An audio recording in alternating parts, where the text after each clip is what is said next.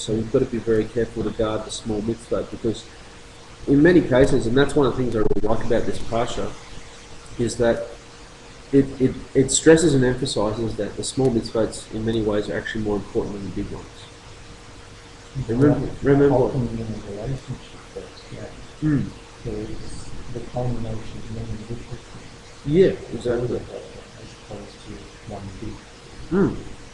What does King Messiah Yeshua says? He says, if any of you are found teaching the least of these commandments, you'll be called least in the kingdom of Elohim, the kingdom of Shemayim, the heavens. So that's very true. So we want to be very careful that we're not found teaching somebody to shy away from what we perceive to be the least of the commandments. So it's very dangerous. It's very dangerous to tread down with our heel, with our part of our bodies that is the least sensitive, things that are actually, things we shouldn't be treading down. And you know what's really dangerous about that, David, is if we can't perceive where we're transgressing, there's no way that we can do teshuvah. Perhaps one of the most frightening things is not the fact that we've done a transgression or committed a sin or an iniquity, but the fact that we might not be aware of it.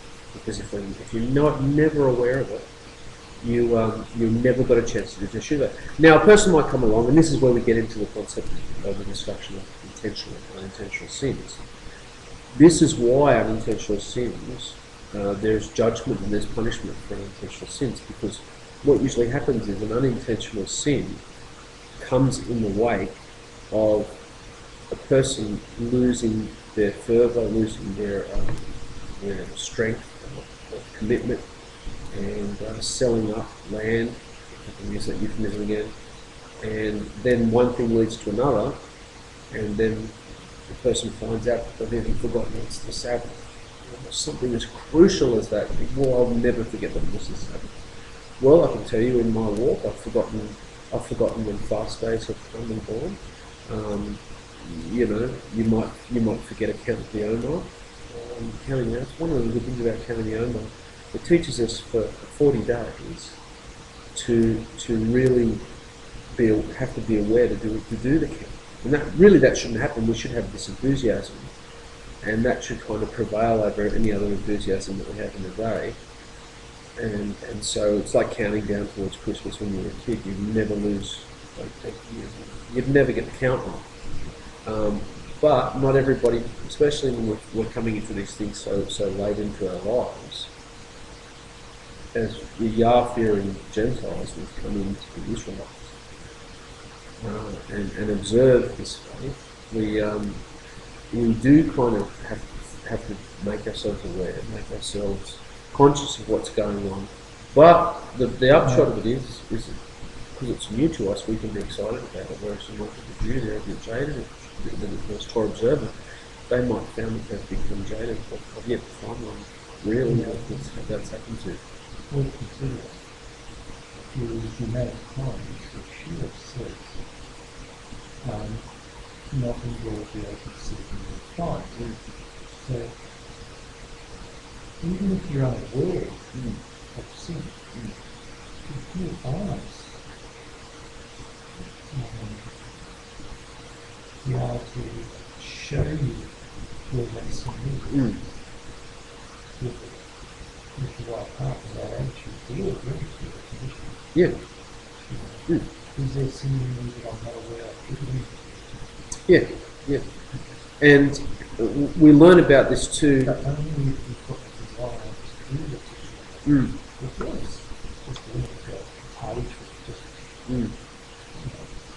in the house Yes. Yeah, exactly.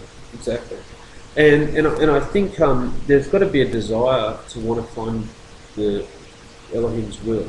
If there's no genuine desire to find His will, then His face on any given subject will continually elude you. Well, what did you say? Isaiah chapter 4 says, through lack of knowledge, It says It says, "My priests are destroyed from lack of knowledge." No, because you have forgotten the Torah of Yahweh your Elohim, I will ignore your children. Or something like that. Hosea 4:4, I think it is. Yeah, something like that. Now, the thing to take from that is that we're knowledge always learn, continue to learn, continue to learn, and obey. So, if we're not learning, then we will lack the knowledge. And then Hosea 4:6 or 6:4, whatever it is. It's 4:6, here it is. "My people are destroyed for want of knowledge. Because you've rejected knowledge, I will also reject you as Cohen, as priest for me, because you have forgot the Torah of your Elohim. I will also forget your children." That's pretty hard. Yeah, it is pretty harsh, but we have to constantly remind ourselves, because we're going to find ourselves in just literally in a myriad of situations, and we always have our evil inclination riding up on us, whispering rationales into us, into our brains, and getting us to compromise and sell up on the little things that we might easily fold on. And that's one of the chief attacks of evil inclination, is that it'll just get you to do a little avera, a little sin, and then it says it'll let you do that, and then you make your way. It's like when Solomon talks about in Ecclesiastes or Proverbs, he talks about passing by way of the house of harlotry. Somebody goes deliberately to another route, so they don't go past a brothel, and then they go, well, the evil inclination will whispers to them and says, well, you're so strong and so devout in your faith that you're going to get home much quicker if you take this route past the brothel, because you're so strong you don't even look up at the building or any of what you might see on the street. And it kind of works like that. So we've got to be careful, I guess, when the evil inclination whispers incitements. Yetzirah. What I've found has happened in my life is that when I do fall prey to the counsel or the ministering spirits of evil inclination, it ends up allowing an increased level of seduction to future attacks, because when you give in to it and you spend time in the world of the Sitra Hara, you can recall that. You can recall that at any time, and so it's important that we ask, when we come into Shiva, that we ask the Heavenly Father to erase from our memory, to the best that He possibly can, any notion of the enticements that we fell prey to before. Because I think what happens is Hasatan, using his imps, his minions, they can build on that seduction, a more powerful one and a more powerful one. And I think that the Talmud says that in the age to come, when we're being judged, or prior to the world to come, in the judgment, the great judgment, the righteous will see the Yetzirah, the evil inclination, Sitra Hara, the dark forces, as being as weak as a piece of string. But those that have fallen prey to it in their lifetime will have a vision of the dark forces as a great mountain. It's hard to tackle. And so those that have transgressed, it starts out as a thin thread that can be easily broken, but the more one transgresses, the more expansive that the kingdom of darkness comes over to a person.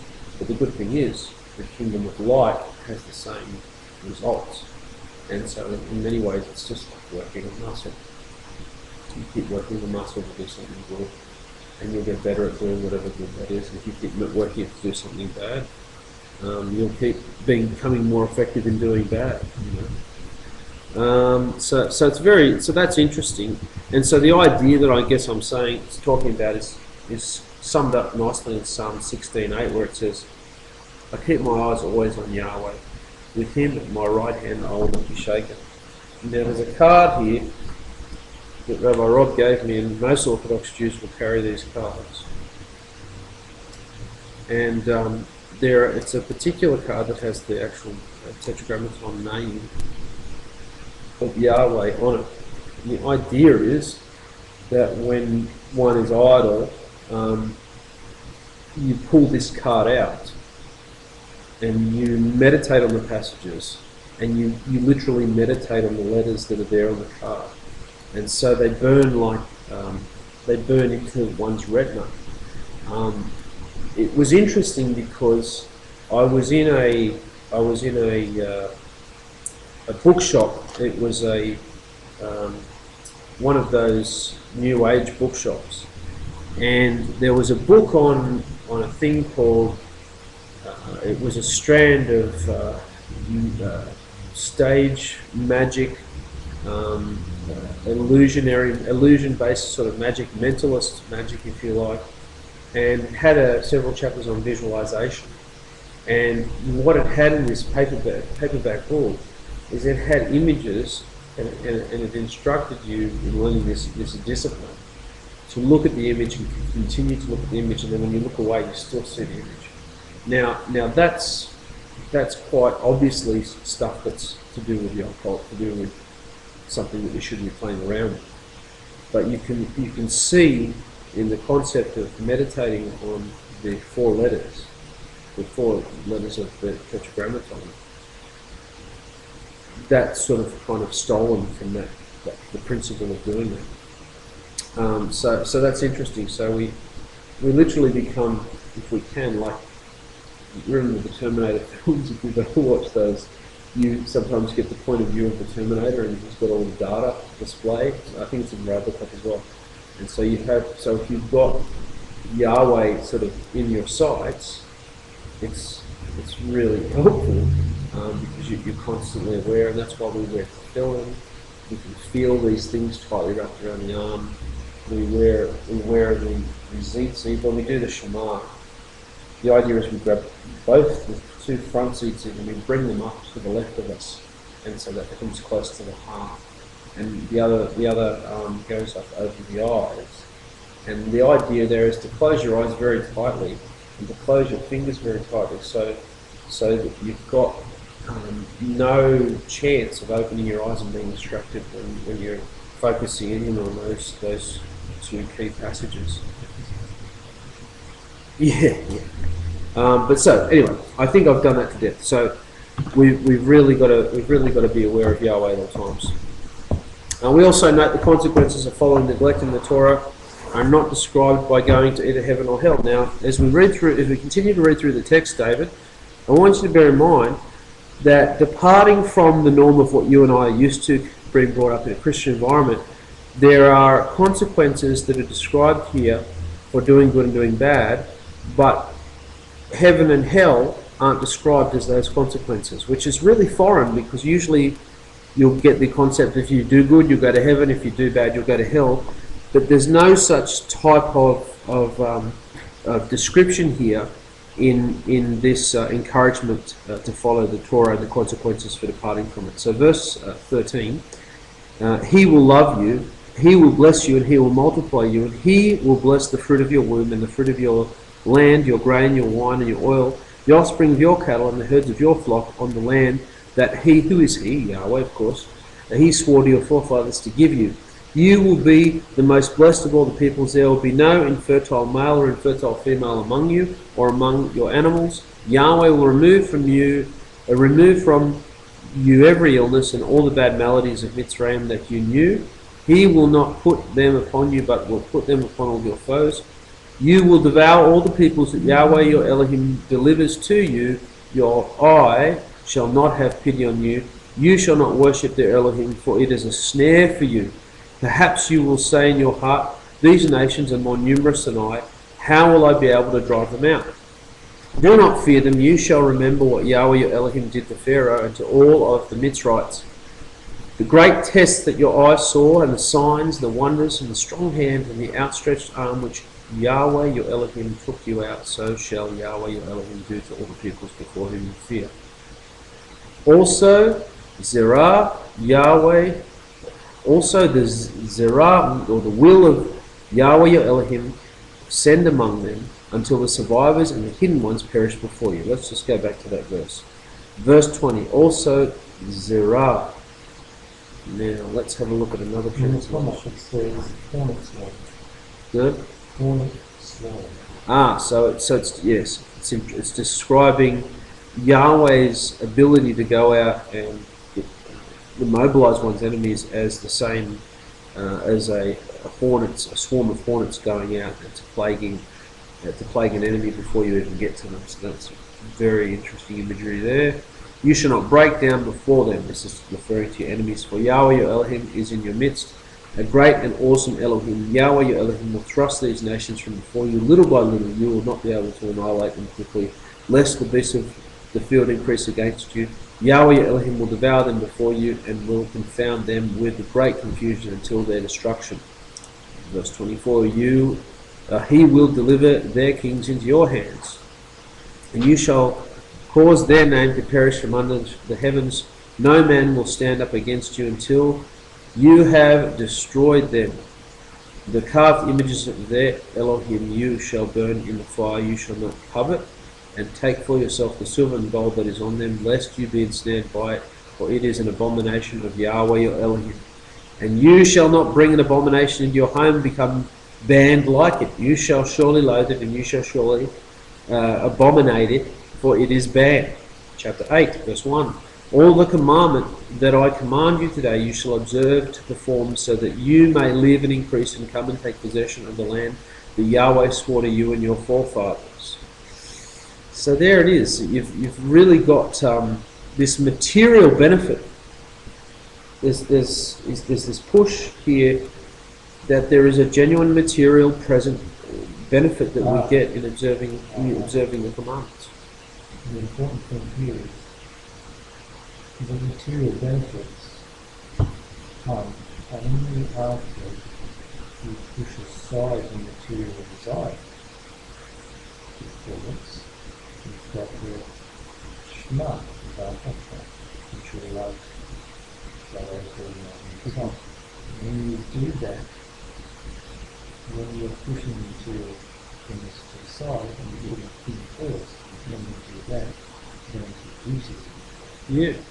So when you come into a large sum of money, rather than being somebody who's rich, you become somebody who is a conduit of money that has come to you to use to increase the kingdom. Yeah. So that's right. So rather than you sort of it being part of your description, it's David the rich man, it's Jason the rich man, it's David the generous.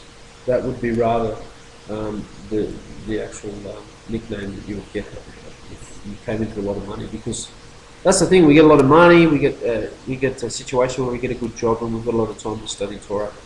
That's what we do. We use the time in a good way, and we use the money effectively, and we use acquaintances the best way we can. And we're seeing that with you, aren't we, David, with Brother Judah, in that they know what your skills are, and they're using you to the best way they can to uphold their presence and the way they can actually teach people in nice, comfortable surroundings. You know, they've got the safety of the alarm systems all working. Okay. Yeah. Yeah, which is important. Yeah, it's pretty important. So the consequence of keeping Torah enables one to come into an environment to be more effective in keeping it. And transgressing the Torah pushes one into a harder, more difficult Torah-keeping environment. Would you agree with that? Yes, if you start hanging around Orthodox Jews, Yeah. the inclination to misbehave is a whole lot less compared to if you were hanging around in A pub. or a dangerous Yeah. group. Yeah, so the idea is if you want to be a righteous person, you need to seek out righteous people. We want to try and emulate them. And what's funny, what I find is interesting, David, you don't have people deliberately wanting to go out to be evil or wicked people, but their agenda is sort of more selfish based. They just want to have a good time. And in the pursuit of wanting to have a good time, they find themselves, as a consequence of that, hanging around people of poor character. Now, interestingly here, note that he says that he will deliver kings into their hands. Yeah. That's a prerequisite. Mm. How many times have you seen age history, Jewish nations, and kings deliver them? Yeah. How few times have you read that he has delivered from kings?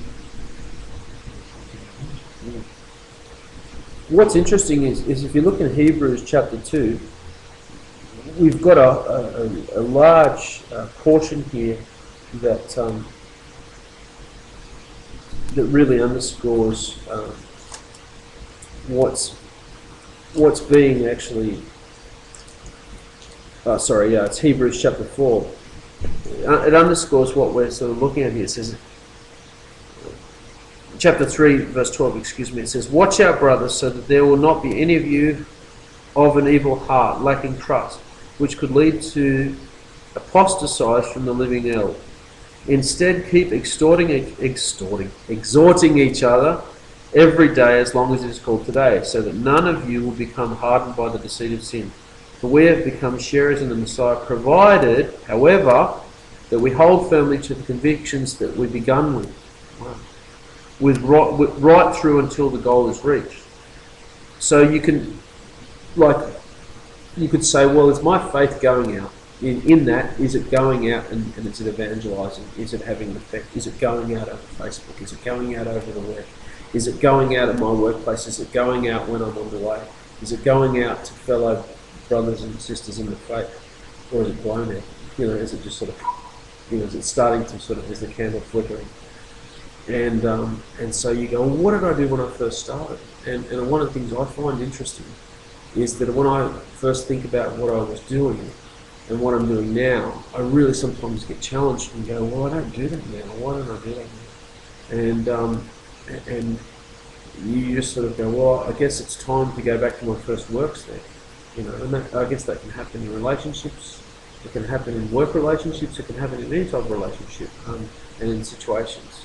And so it's really important to go back and remember what you did when everything was going really well, and it's this concept of maintaining an enthusiasm.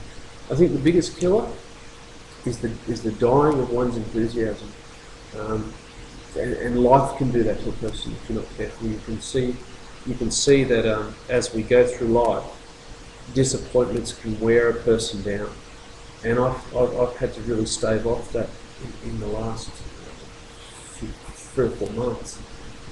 This concept of really feeling disappointments in not getting promotions at work, disappointments, with not being able to do more with the fellowship, disappointments at home, just not being able to be available, and so on and so forth. And these things just sort of wear you down. So it's so important to constantly be fervent with our prayers. And to be studying as much as we can with a zeal, with a vigour. Otherwise, we'll get blown out by the sort of the stresses and the sorrows that the world has. And it goes on to say, "For we have become sharers in the Messiah, provided, however, that we hold firmly to the conviction that we're being aimed right through until the goal is reached." Yes, we just looked at that. That was the last verse I finished on. Now, where it says, "Today, if you hear Elohim's voice, don't harden your hearts as you did in the bitter quarrel." Which bitter quarrel? It's talking about the bitter quarrel that they had at the waters of strife. And verse 16, "Who were the people who, after they heard quarreled so bitterly? All those whom Moshe brought out of Mitzrayim, and with whom was Elohim disgusted for 40 years. Those who sinned, yes, they fell dead in the wilderness. And to whom was it that he swore that he would not enter his rest? Those who were disobedient. So we see that we were unable to enter because of lack of trust." Chapter 4, verse 1. "Therefore let us be terrified of the possibility that even though the promise of entering his rest remains, any one of you might be judged to have fallen short of it. For the full message has also been proclaimed to us, just as it was to them. But the message they heard didn't do them any good, because those who heard it did not combine it with trust. For it is we who have trusted who enter the rest. Whoa.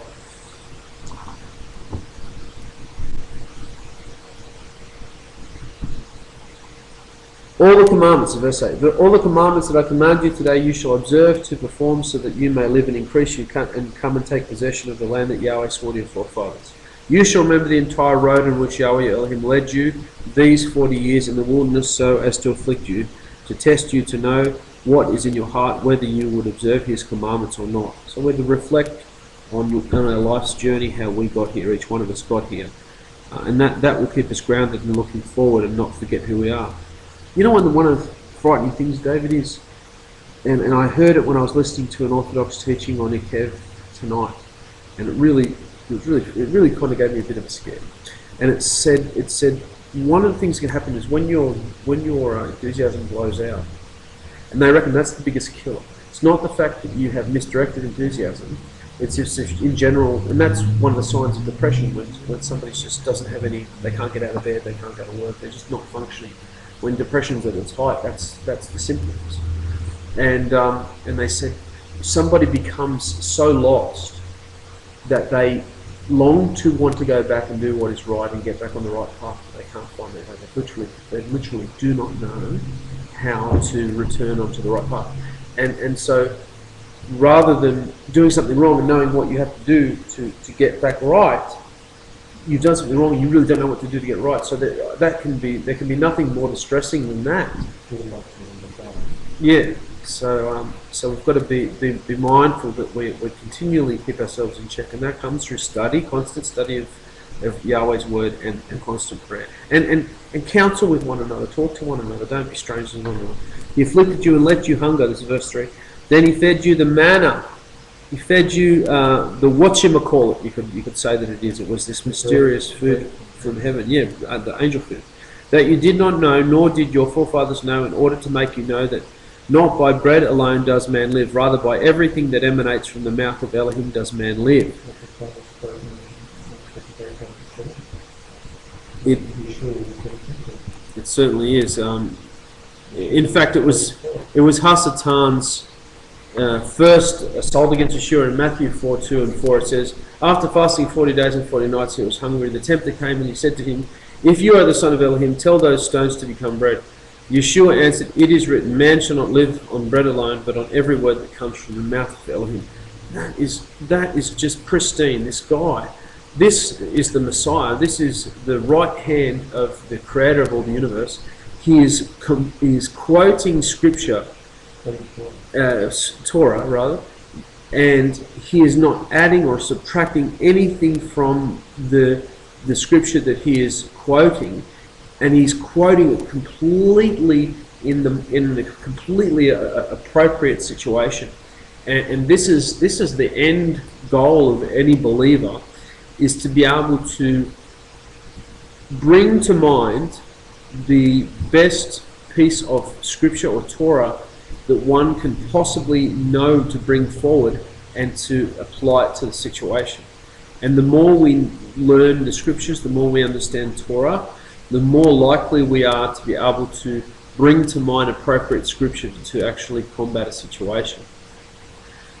So the bread is the first attack that Hasatan brought against Yeshua, and it was an anti-manna. It's like an anti-manna, isn't it, David? Yahweh provides this miraculous food from heaven. What does Hasatan do? He says, "Oh, eat these rocks," and you have to do that. You have to do the hard yards to transform the rocks into something nice.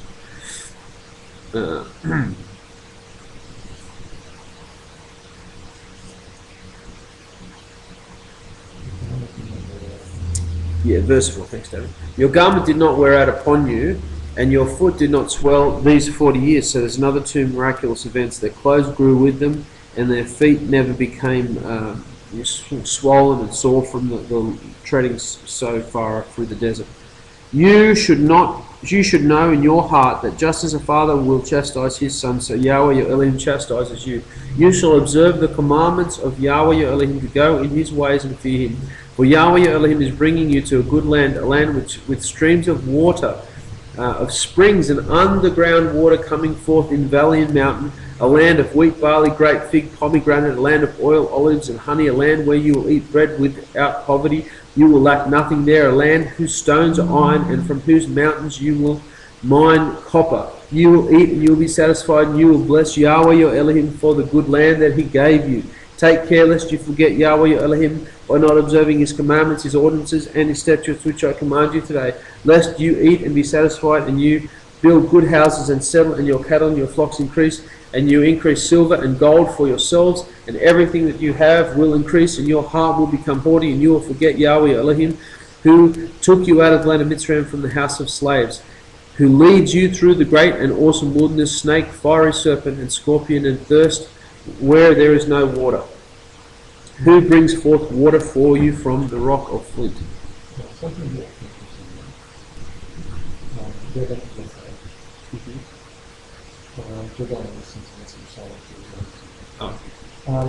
verse 8. The land of wheat, barley, grape, pomegranate, land of olive oil and bacon. And there, a land where there is better. Now we see that this is definitely provided by God, because we have 7 foods. Wheat, barley, grape, pomegranate, Number of completion. olive oil and bacon is 7 foods. Yep. Now, we know that, and then we have the land where we bread, there is 8. Okay? And there's a new type of bread. And the 8th compulsion.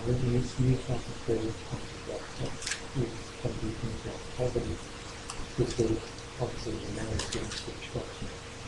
Now, interestingly, there too, in that land, she does tell us that the land is milk and honey. So we see the honey here, that's the milk that is described as talking about fruits. In this case, the hummus is the date, comes from the date. Now the explanation there is that the dates are from the sun, honey what juice oozes from it. So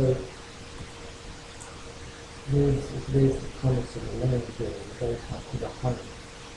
And we know from the description milk and honey, this is spiritual food, because the milk for the young children and the honey for the adults. The honey back then is not the syrupy stuff that you get in jars today. Yeah, it's pretty full. No, they break off the whole wax, honey, beehive, that's it. They grow for a while, and it was rock hard for food to eat. Yeah. You know, honeycomb, that's the Yeah. And so we simply, he's still providing honey. Yeah. The spiritual food, making honey. Yep. Absolutely. And here's something interesting. And this actually matches. 40 years they've been in wilderness. They've grown up in those 40 years. Yep. They've matured. Notice how it doesn't mention the milk. The milk is for the young, spiritual young. Notice how it only mentions the honey. For the mature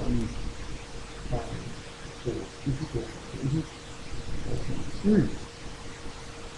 Yeah, so we can definitely see that so basically, to summarise what you're saying, Dave, you've got an entire nation of people for quite a long period of time.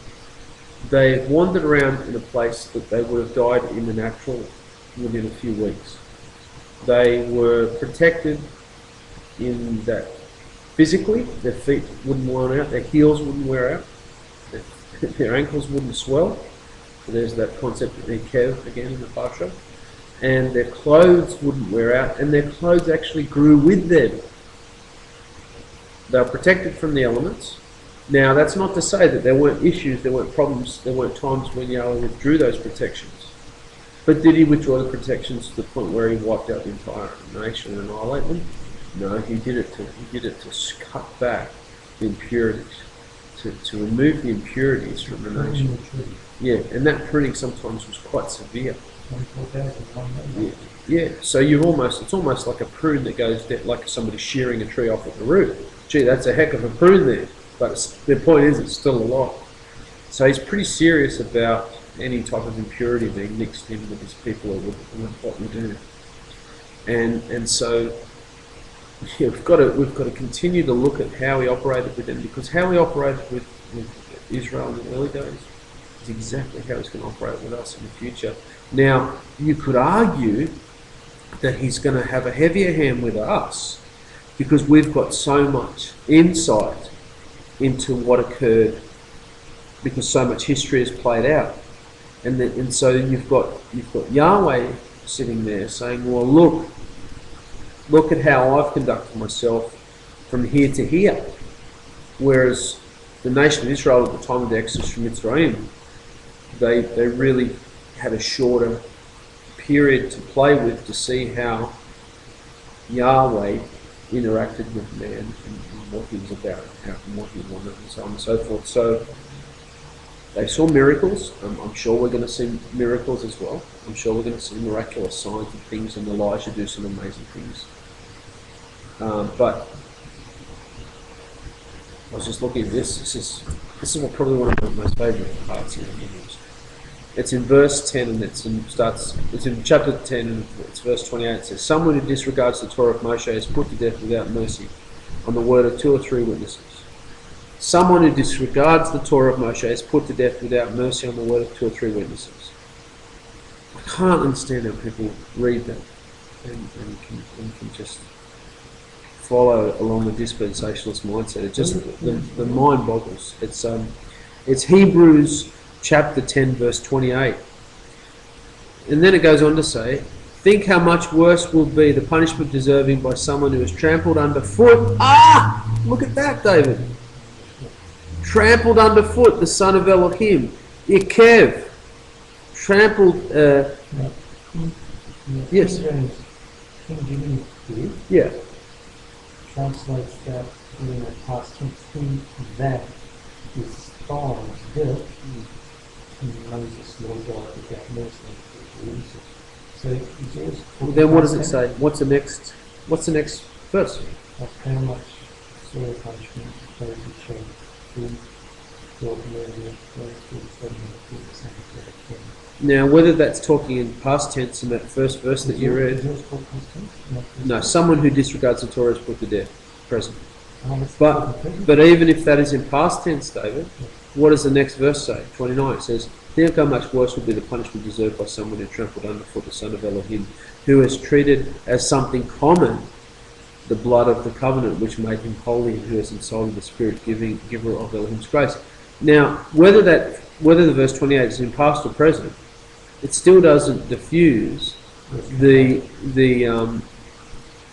actual enormity of the result of the punishment of somebody trampling underfoot the precious blood of King Messiah Yeshua, and that's mind blowing to me. So even if you believe the Torah is done away with, you can't believe in an airy-fairy sort of peace, what a pacifist Messiah and a pacifist message when you read the consequences of one who tramples underfoot the Son of Man. For one we know is the one who said, "Vengeance is my responsibility, I will repay," and then said, "Yahweh will judge his people." It is a terrifying thing to fall into the hands of the living Elohim. It's a terrifying thing, Mr. Marcion, who's told us that the Elohim of the New Testament was warm and fuzzy. But remember the early days when, after you had received the light, you endured a hard struggle with suffering. Sometimes you were publicly disgraced and persecuted, while other times you stood loyally by those who were treated the same way. For you shared the sufferings of those who had been put in prison. Also, when your possessions were seized, you accepted it gladly, since you knew that what you possessed was better and was lasting forever. Now this is interesting, verse 35. "So don't throw away that courage of yours, which carries with it such great reward." So don't let these people take the things out of our hearts that we've come to know and love when the Spirit has shown us these great truths. For you need to hold out. Wow, that's something that I think we need to all hear. For you need to hold out so that by having done Elohim's wills, you may receive what he has promised. For there is so little time. The one coming will indeed come, he will not delay. No, that's from Hebrews, and that's all from verse 10 of Hebrews. Chapter 10 from Hebrews, from verse 28. Now let's get back to that. When you go to verse 10, chapter 28, verse 10, yes. you see... You will eat, you'll be satisfied, and you'll bless Yahweh Elohim for the good land that he gave you. Yeah, but the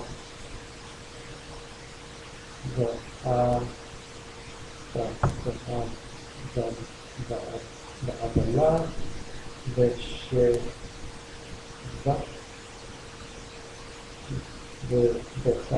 Shabbat,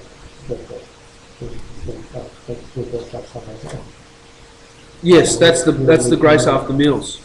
To bless after you eat.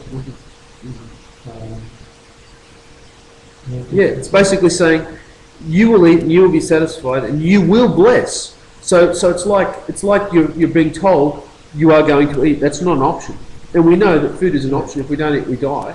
And in the same vein, it says you will bless, and so that's what we've got to look at when we bless food. Is it in the same vein as did you get to eat today? Yes. Is that good for you to continue to live? Yes. So too is doing the bracha. So bracha should be on the same level, if not more so, than the concept of eating. But here's something that's interesting. Rabbi Hira is told that the ministering angels asked Elohim how it is proper for him to show favoritism to the Hebrews. He answered, should I not show them favoritism? I have commanded them to recite the Katamazon only if they are satisfied. That's where the word Satan comes from. But they have chosen to bless me even if they eat only a piece of bread. So he's commanded them to bless only if they are satisfied. You will eat and you will be satisfied. And yet they choose to bless, to do a blessing, even if they eat no piece of bread. So that's interesting. I never really picked that up, that it's a prerequisite. Bless if you are satisfied. And you could argue, well, you're satisfied whether you're no longer hunger, or you're satisfied that you enjoyed the food that you eat. I believe you're no longer hunger. But it's interesting. It's just like, well, I wasn't satisfied with that. You can say, well, are you full? Yeah, I'm full, but I didn't like it. It's No, so when you've got to understand the concept of where it was given. People didn't eat for pleasure back then. They ate to stay alive. Kings and queens maybe. At wedding banquets, you have Messiah. We're talking the basic. Yeah, even a poor person will have a celebratory meals. I mean, all our meals that we have, fellowship and our holidays of pleasure. Every week we have The average normal daily meal. Normal person has paid for. Yeah. We've got to be careful with that though, because we've got some people out there that think that Israel were all illiterate. And we're going to see that this week, David, in this next chapter in Acts. We're going to see these modern cities that have plumbing and have a marble wall and palaces and even just the main complex of this main city area. The urban parts are very modern. And yet we're supposed to believe that this guy was making Bedouin tents in the midst of being in a fully modernised city. What would they have wanted with tents? I can imagine somebody. Yeah, I can imagine somebody saying, "Oh well, it's probably if they want to go on holidays, they might have wanted a tent." Yeah, so it's very interesting. But yeah. Okay, so let's push onward. Verse. Take lest you forget. We'll go from verse 11. Take lest you forget Yahweh Elohim by not observing His commandments, His ordinances, and His statutes, which I command you today, lest you eat and be satisfied, and you build good houses and settle, and your cattle and your flocks increase, and you increase silver and gold for yourselves, everything that you will have increased.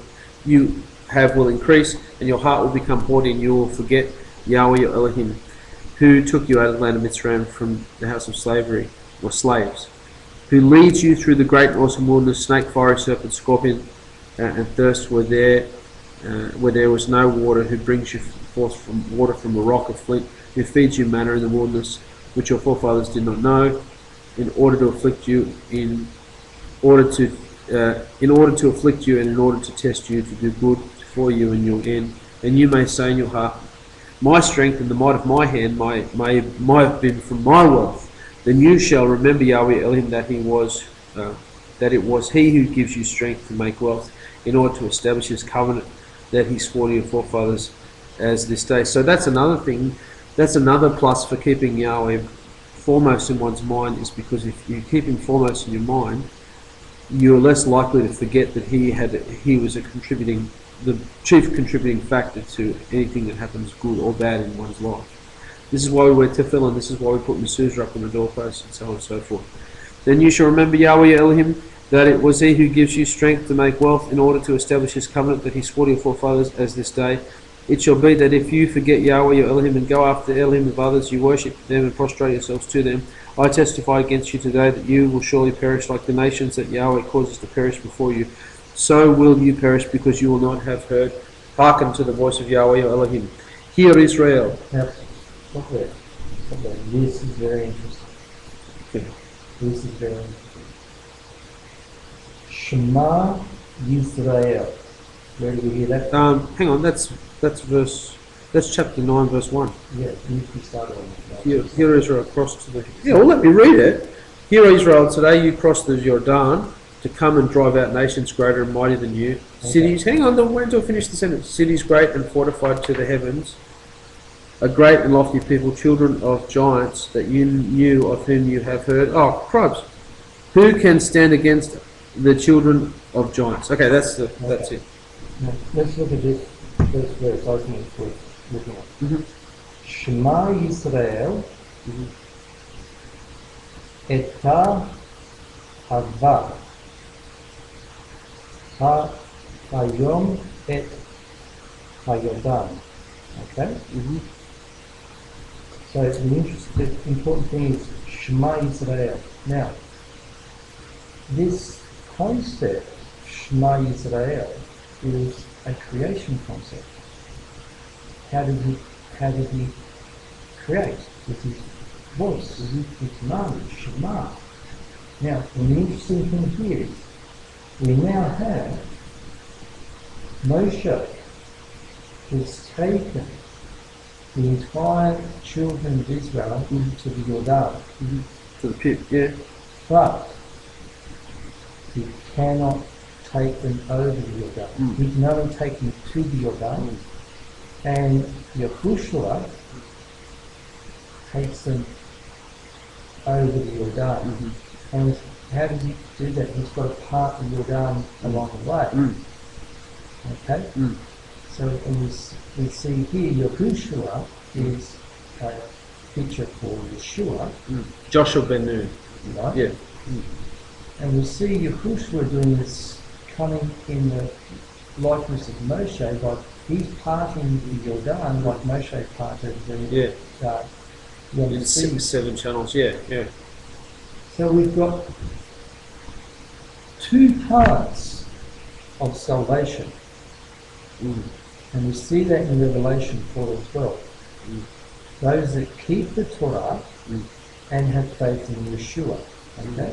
So now we have Moshe who gives them the Torah and can take them as far as the Jordan.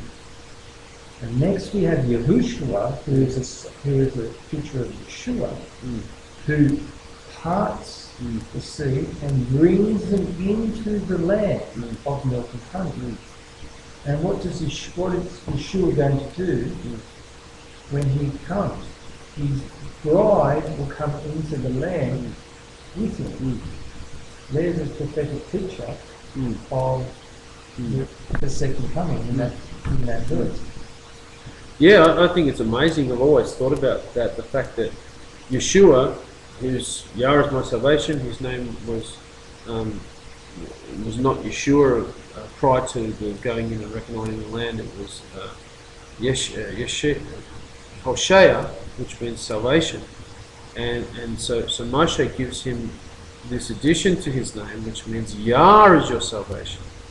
And so in many ways protecting Joshua from the gossip of But what is the picture here? Moshe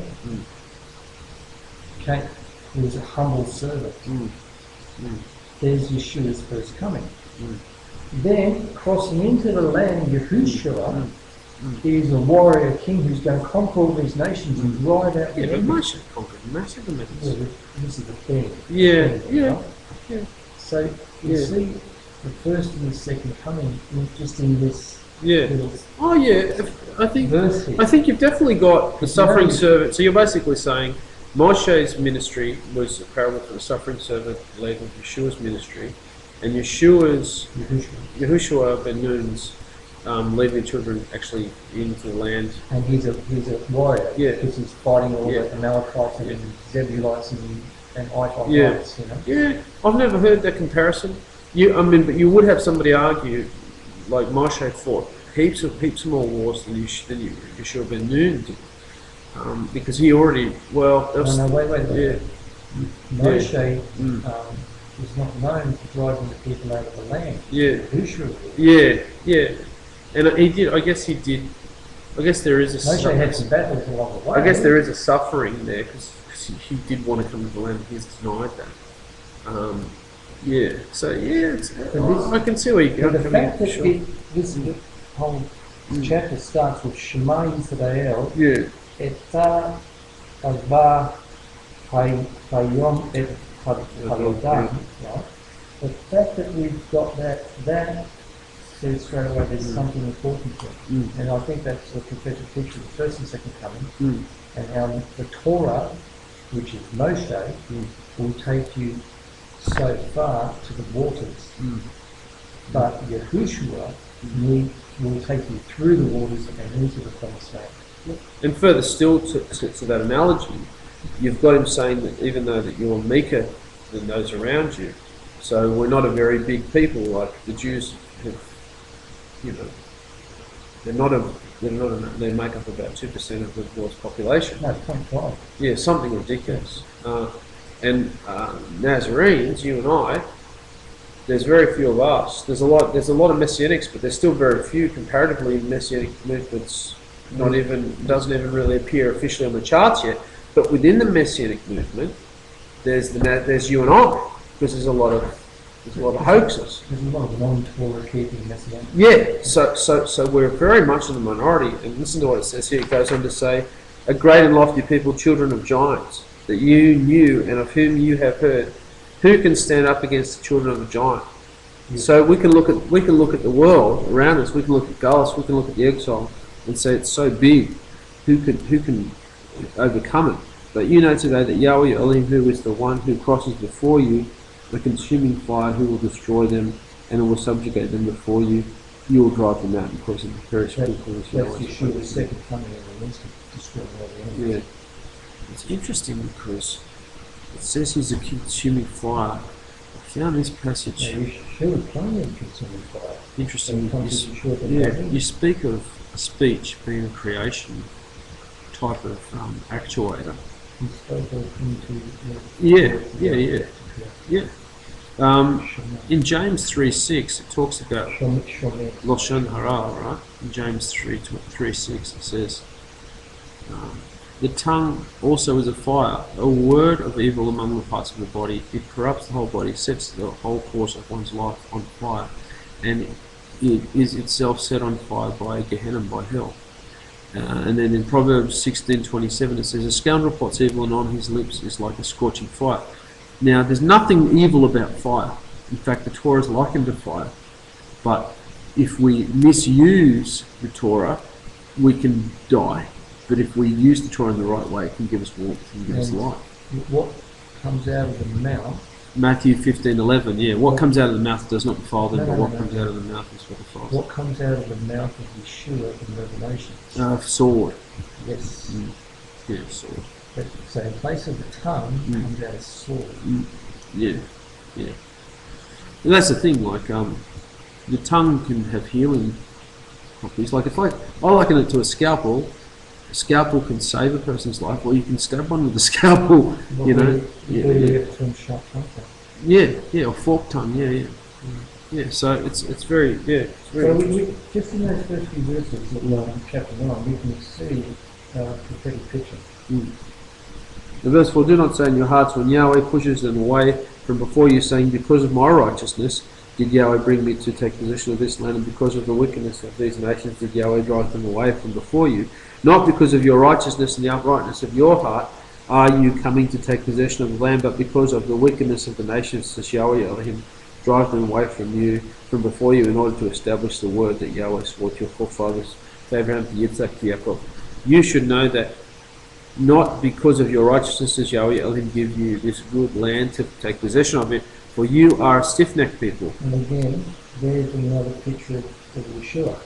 Because it's not by our righteousness that we are saved through our crimson like blood. Yeah, It's only through the blood of Yeshua that makes us worthy of his salvation. So we're not righteous, just like this verse says that they're not righteous. So they're not getting the inheritance here because of their righteousness. Yeah. We're not getting our inheritance with Yeshua because of our righteousness. It's only his grace, his chesed that gives it.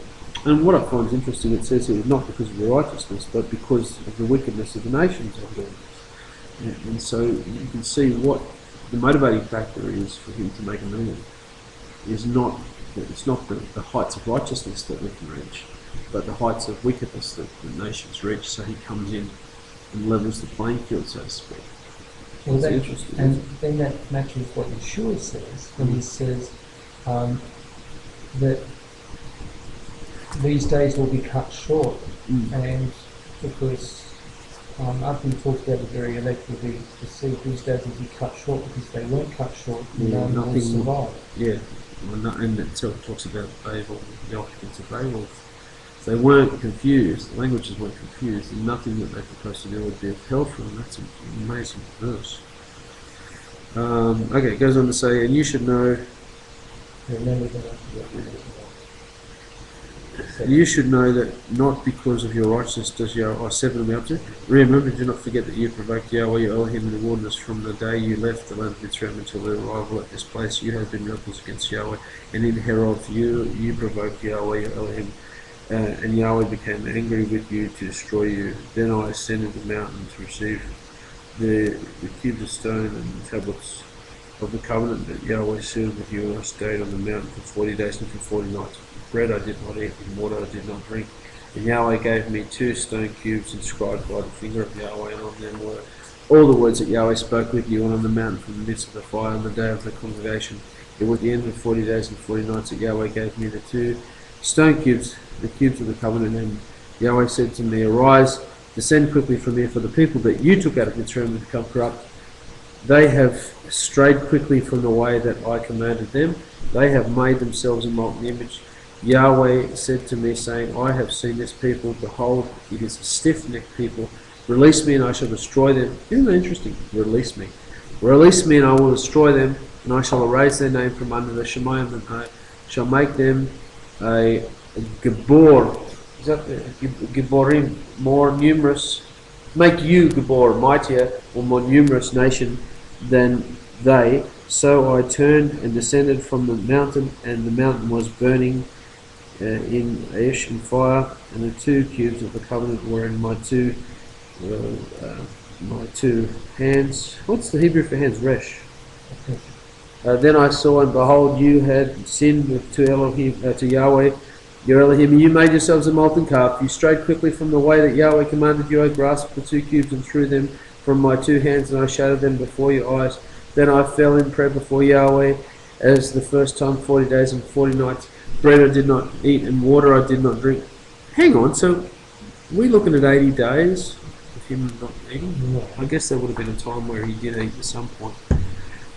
Because of the entire sin that you committed, to do that which is evil in the eyes of Yahweh, to anger him, for I was terrified of the wrath and blazing anger with which Yahweh had been provoked against you to destroy you, and Yahweh listened to me that time as well. Yahweh became very angry with Aaron to destroy him, so I prayed also for Aaron at that time. Your sin that you committed, the calf, I took and burned it in the fire, and I pounded it, grinded it well until it was fine as dust, and I threw its dust into the brook that descended from the mountain in Teberah, in Masai, and in Kibroth Hatava. Te'avah, you were provoking Yahweh, and when Yahweh sent you from Kadesh Barnea, saying, "Go up and take possession of the land that I give you," then you rebelled against the word of Yahweh your Elohim. Okay. Going back, 40 days and 40 nights. Where do we see parallel with that? Well, we have Yeshua Yeshua. fasting before he starts his ministry. So Yeshua was led by the Ruach. He's just had an experience with the Father. Okay? The Father says, "Behold, this is my Son." Okay, so he just had an experience with the Father, and then the Ruach compels him to go to 48, 49. So we see here, Moshe has had an experience with Yahweh, and then he's been compelled to fast for 48 and 40 nights. Now, I'm trying to draw the analogy. Yeah. Yeah. Okay, so Moshe's done that on behalf of the people. That's obviously Teshuvah, right? What was the end result of Yeshua fasting for 48 and 40? Was it Teshuvah? No, it wasn't for Teshuvah for himself. Because he was tempted at the end of it. Yeah, he was tempted. Now, was Moshe tempted at the end of his 48 I think what you'll find is 40 days, a fast for 40 days and 40 nights is probably putting yourself, if you can handle it. Now we've got to be, we've got 40 to, days without water. no, not water. You could drink water. You sure drank water in those 40 days and 40 nights. You can't go without water for 40 days. You can go for about a week. Bread and I did not eat, and water I did not drink. Okay? For 40 days. So that's what it says. I did not drink water. So we're making the assumption now that Yeshua wouldn't have drunk water in his. Has to equal that. Now, the only thing I can think of is when we go back to a few verses where it says, "Man does not live on bread alone," then I'm guessing that something supernatural. Yeah, you'd have to step into a spiritual state to survive without water for 40 days and 40 nights. I know that the average man can do maybe 70 to 80 without food. Yeah. But only 7 to 8 without water.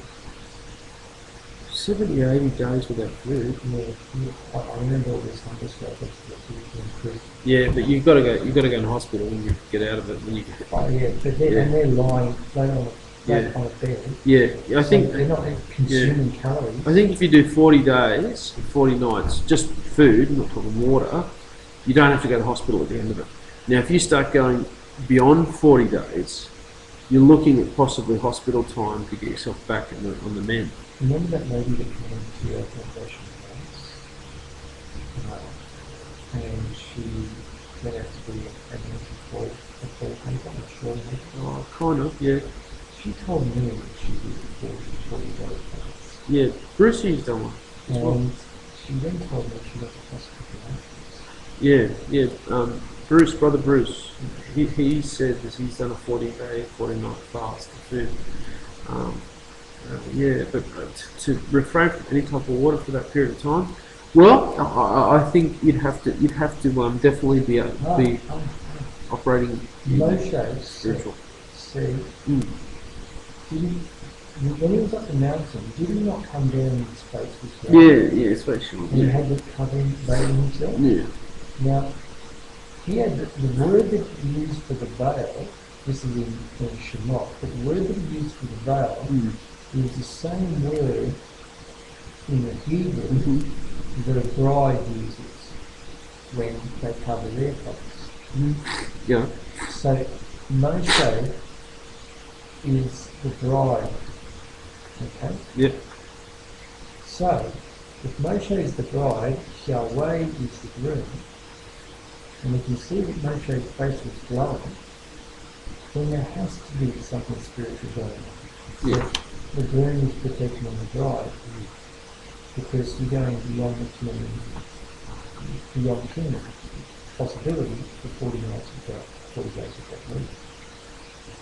And I'm just trying to put physics and electronics into it, because 40 days of God week is, that's, we know. A good sort of proper sized man is 6 to 8 days. You need to be sufficiently. You need to have water to sufficiently keep yourself clean as well. But yeah, I don't know. Because I mean, maybe in terms of Yom Kippur, you are allowed to wash your fingers after going to the toilet. You're not meant to wash beyond just the fingers. So it still looks at those refraining from water, even though you are in contact with it. So that might have something to do with it. Okay, we're up to here. Verse 10. Now Yeshua, after 40 days, Yeshua was tempted, yes?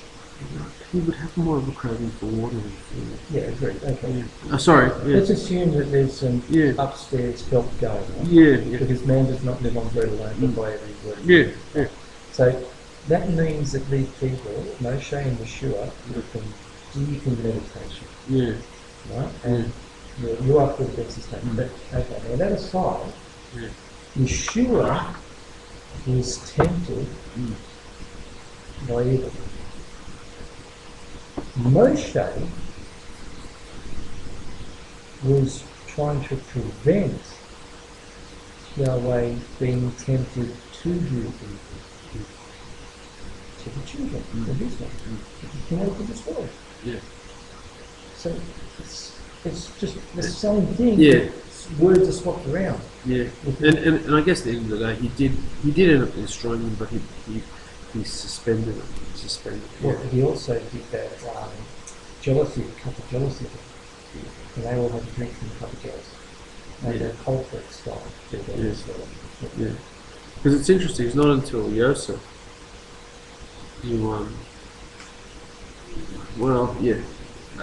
you get the sense of a complete remission of sin in terms of you see how Yosef forgives his brothers. Okay, so we're up to chapter 10, verse 1. At that time Yahweh said to me, carve for yourself. No, I think we've already read that.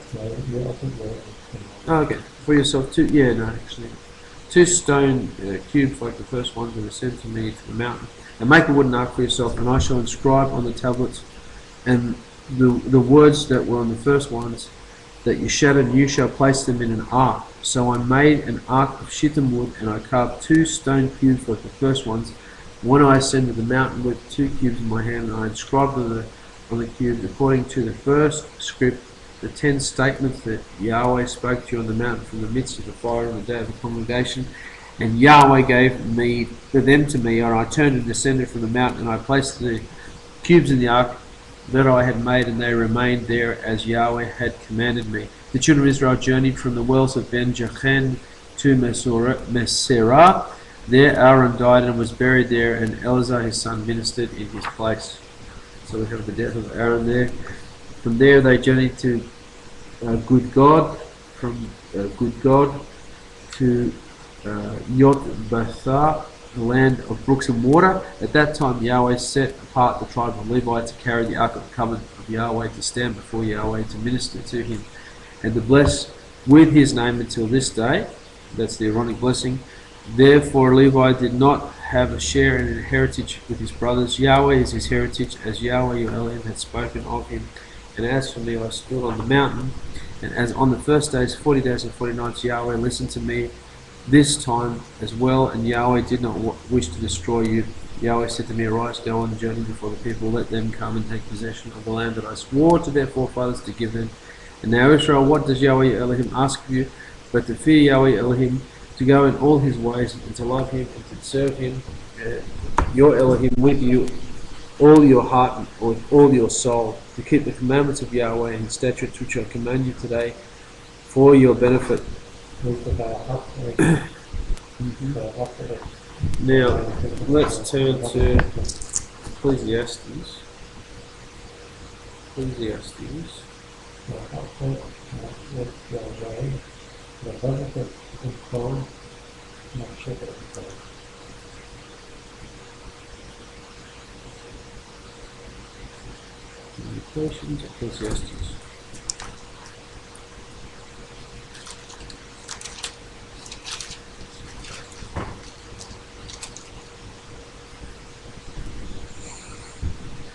Not only, okay, this is Ecclesiastes, this is the final chapter, chapter 12, verse 9, till the end, verse 14. Not only was Kohelet wise, was Solomon wise, he also taught the people what he knew. Also he weighed, researched, and corrected many ethical sayings. Kohelet, which is Solomon, worked to develop an attractive writing style in which he expressed the truth straightforwardly. The sayings of the wise are sharp as goads, and those given by leaders of assemblies are like well-fixed nails. In this case, they are presented by a single shepherd. In addition, my son, take heed. One can write many books, and there is no end to it, and one can study so much that it wearies the flesh. Here is the final conclusion. Now that you have heard everything, fear Elohim and keep his mitzvot. This is what being human is all about. For Elohim will bring to judgment everything we do, including every secret, whether good or bad. Now it's interesting when we go to the beginning, Ecclesiastes says, the words of Kohelet, the son of David, king in Jerusalem, verse 2, pointless, says Solomon, utterly meaningless, nothing matters. What does a person gain from all his labour, which he toils under the sun? Generations come, generations go, but the earth remains forever. The sun rises and the sun sets, and it goes on. Everything is wearisome. Here is the final conclusion. Now that you have heard everything, fear Elohim and keep his mitzvot. This is what being human is all about. For Elohim will bring to judgment everything we do, including every secret, whether good or bad. Okay, so what do they call the Gentiles are in the synagogues, David? Good. Yeah, no, what, the ones in the synagogues, what do they call them? Yeah, they call them Ger Tashad, Ger Zaki, you can call them Ger Hashaz, but ultimately the overarching term for all of them is the Yahuwahs. And anybody who has the fear of Yahweh, whatever level of knowledge he is at, it's going to go well with him. So if we can keep that level of fearful respect of Yahweh before us, we're going to do well. It's when we depart from the fear of Yahweh, but we have to learn that fear, because it's one of the things that Yahweh's taken away from us, and we have to relearn it. Okay, so that's just basically underscoring there. What does Yahweh Elohim ask of you but to fear Yahweh Elohim, to go in all his ways and to love him? Verse 15, only your forefathers did Yahweh cherish to love him, and he chose their offspring after them. You from among all the peoples, as this day, you shall cut away the briar of your heart, that is the foreskin of your heart, which is the same as it being a foreskin, and no longer stiffen your neck. For Yahweh your Elohim, who is the Elohim of powers and the Lord of lords, the great, mighty, and awesome Elohim, who does not show favour and does not take a bribe, who carries out the judgment of orphan, the widow, and loves the convert, to give him bread and garment. So he loves the convert. You shall love the convert, for you are strangers in the land of Mitzrayim.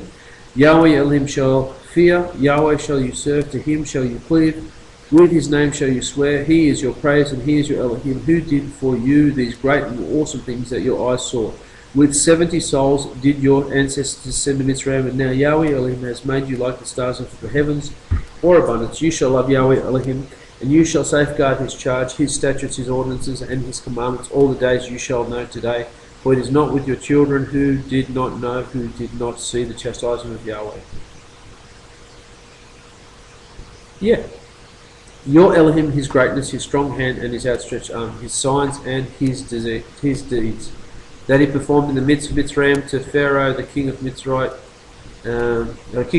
and to all his land, and what he did to the army of Mitzrayim, to its horses, to its riders, over whom he swept the waters of the sea of reeds when they pursued you.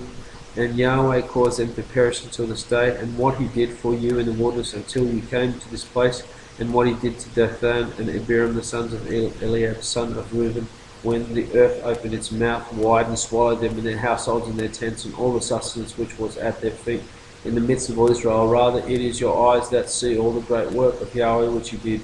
So you shall keep all the commandments that I command you today, so that you shall be strong, and you will come and take possession of the land to which you are crossing to take possession of it, so that you will prolong your days in the land that Yahweh swore to your forefathers to give them to their offspring, a land flowing with milk and honey.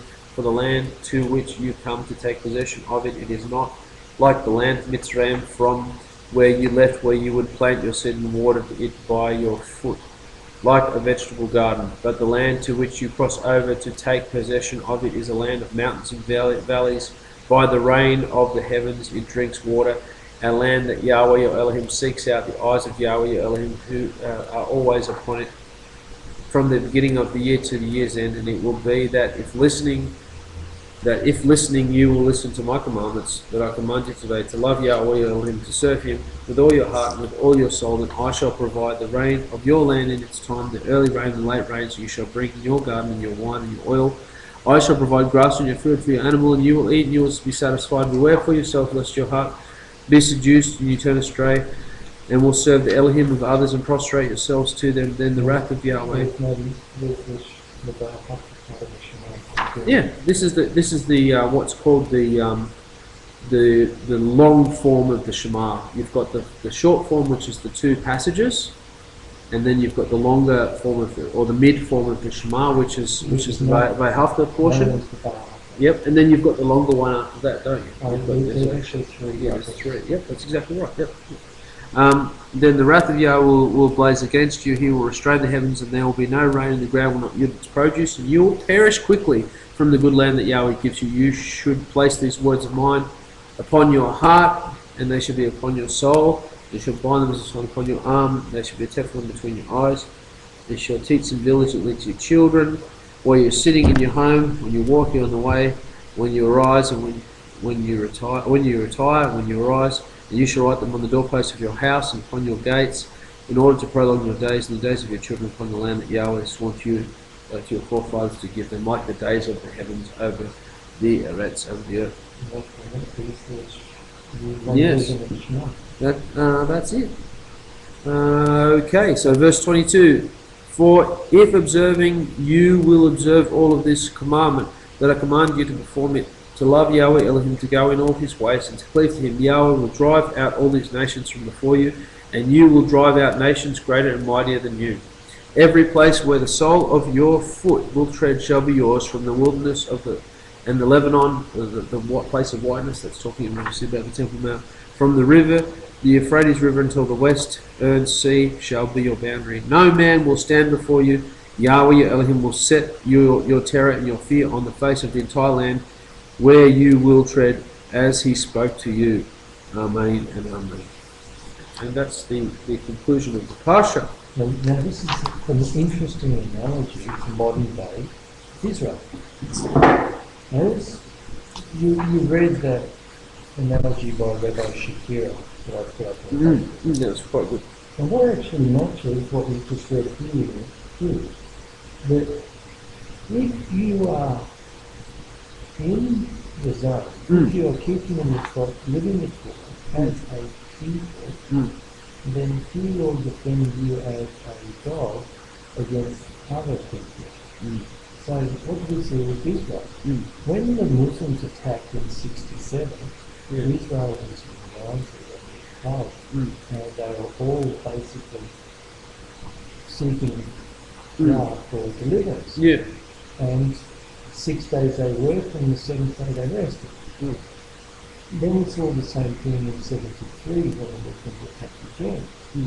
But they were a little bit more divided. So 6 days worth of work took, I think, 3 weeks or 2.5 weeks. And now we see the land is going to become, in the last few decades, very, very secular. And only 20% of the population are, 40% of the population are religious, but only 20% are Orthodox. And we know that Orthodox is the green zone.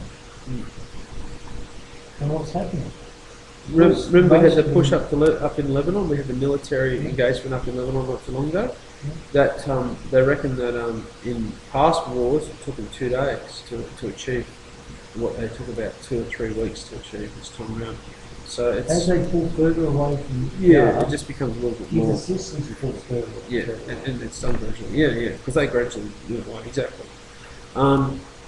It's kind of a tough one because Tel Aviv, it's pretty decorative place. Okay, Now, and so. And Haifa's not far away. So it's really hard, and it's sort of a real hard one because you don't want persecution coming in more Israel's people. You think, well, they've had their fair share, but you sort of think, wow, they've had all this persecution. They're standing at the back end of the modern day Holocaust, and so you're still getting so many of them. Like the children of Israel making the golden calf pretty much straight after they received the commandments. You know the interesting thing? So history repeats, doesn't it? Yeah. But you know the interesting thing? When the Muslims attack again, because they will, right? Yeah. They're going to go straight to Tel Aviv. Now the prophets say a third of Israel's top. Tel Aviv still accounts for a third of Israel. Now the interesting thing is what's going to preserve Jerusalem from the Muslims? Righteous living. Yeah. And also, on the ground, what's going to preserve Jerusalem from being destroyed is the fact that there's Muslims living in Jerusalem.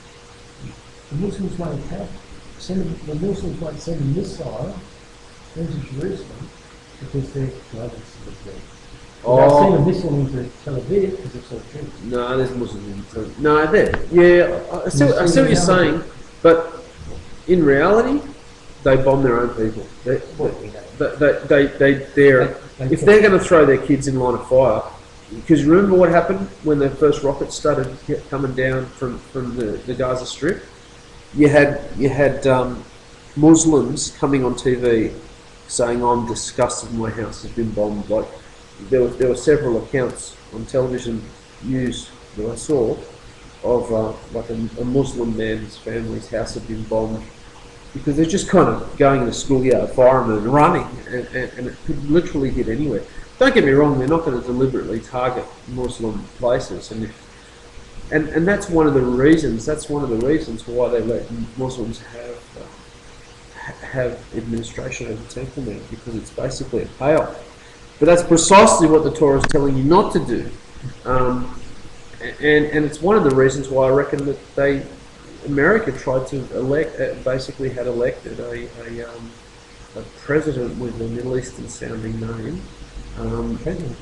He elected an Islamic president. He's just doing that. I was trying to be a little bit liberal, but in doing that, you can see the method behind their madness. They go, well, if we elect the president who's got to wait with Muslims, but not completely disengaged from Christians, because you don't really know if he's a Muslim or a Christian. He's a Muslim. But there's other people that will say, "Oh no, he's a Christian because of this." You can hear there's the top level of Christian politics in America now. It's infiltrated with Muslims. It's still got a few Christians there. You've got a Mormon ran against him last time.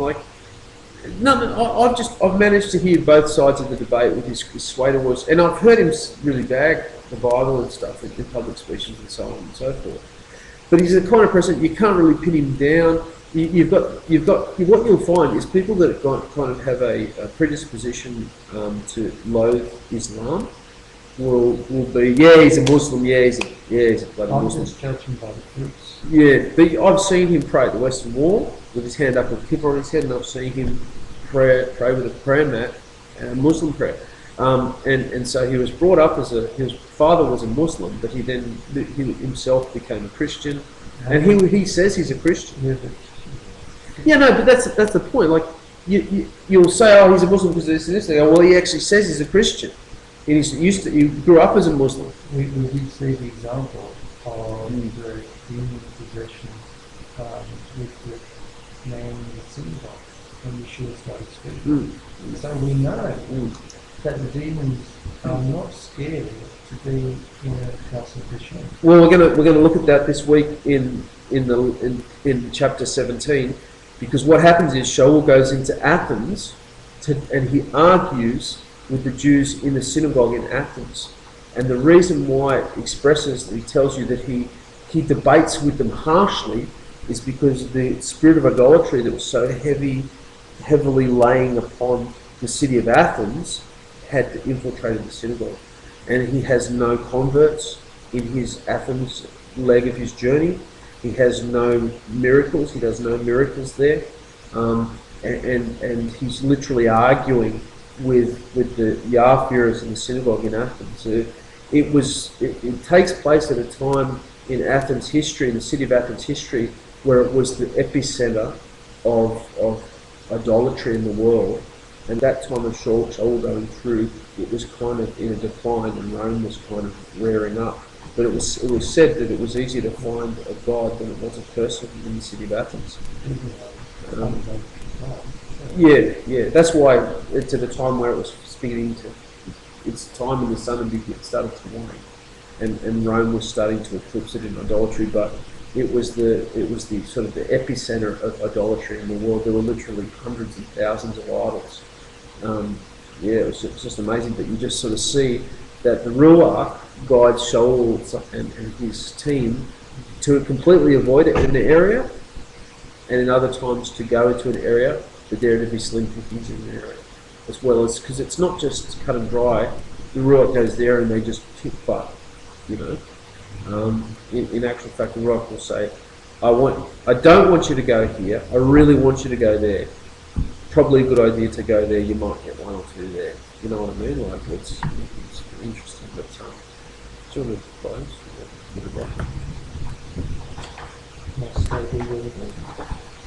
Oh, you're getting a lot quicker than you were.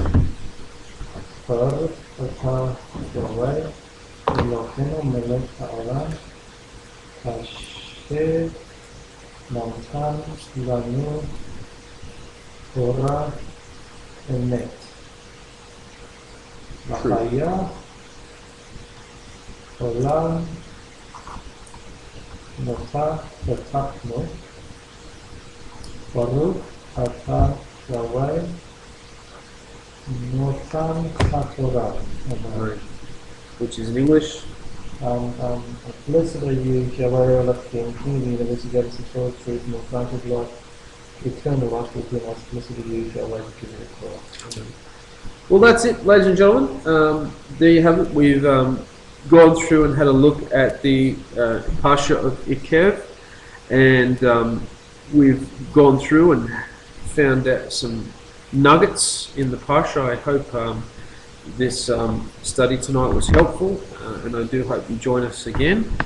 And Lila Tov, good night, and hopefully we might have you tuning in with us this Shabbat. Bye.